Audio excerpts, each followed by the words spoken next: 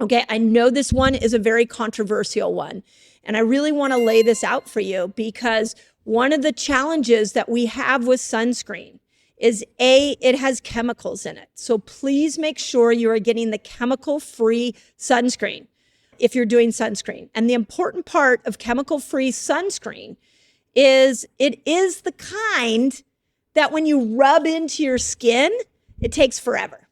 So it's the zinc oxide, mainly zinc oxide, not a lot of ingredients. And when you rub it in, you look like Casper the Ghost. It takes forever and ever to rub in.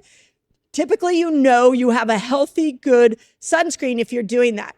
The sprays that you put on yourself are really chemical laden. I know they're easier to put on, but think about this for the moment. And I do not understand why this is allowed in our culture, and it makes me really mad.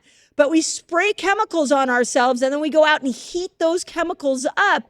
You heat those chemicals up and they're going into your skin, and they are creating a chemical barrage that now is throwing off other hormones within your body.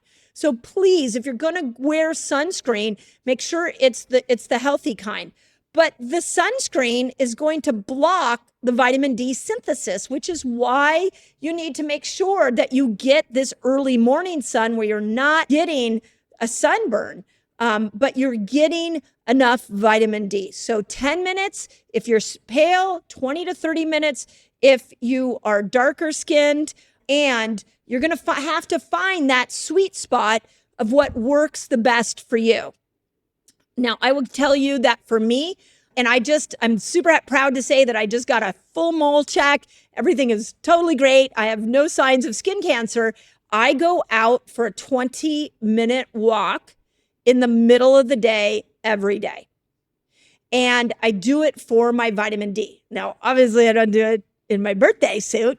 I do it when I can with a tank top on. I cover my face. I don't want to accelerate the aging of my face, but I try to get as much skin as possible. And in the summer, I can really see my vitamin D levels go up.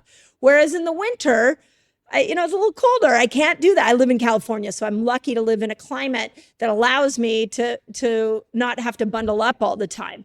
But in the winter, I have to do more supplementation.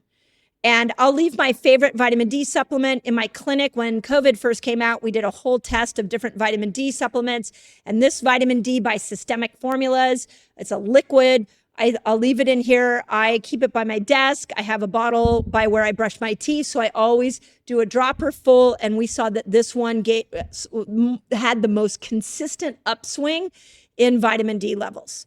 So if you're going to use your sun for the vitamin D, make sure that when it's maybe the winter months that you're not. I have a good friend that had spectacular vitamin D levels, and then she had to go to England for some work, and she was there for a month in the spring, and her vitamin D levels crashed. So next time around, when she goes to England, I was like, take some vitamin D supplementation with you.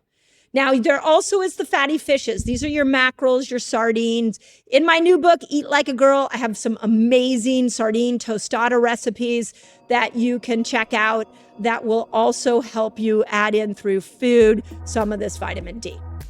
But please know that for weight loss, vitamin D matters. And you can get vitamin D from the sun. And when you can't get it from the sun, you get it from fatty fish and you get it from supplementation.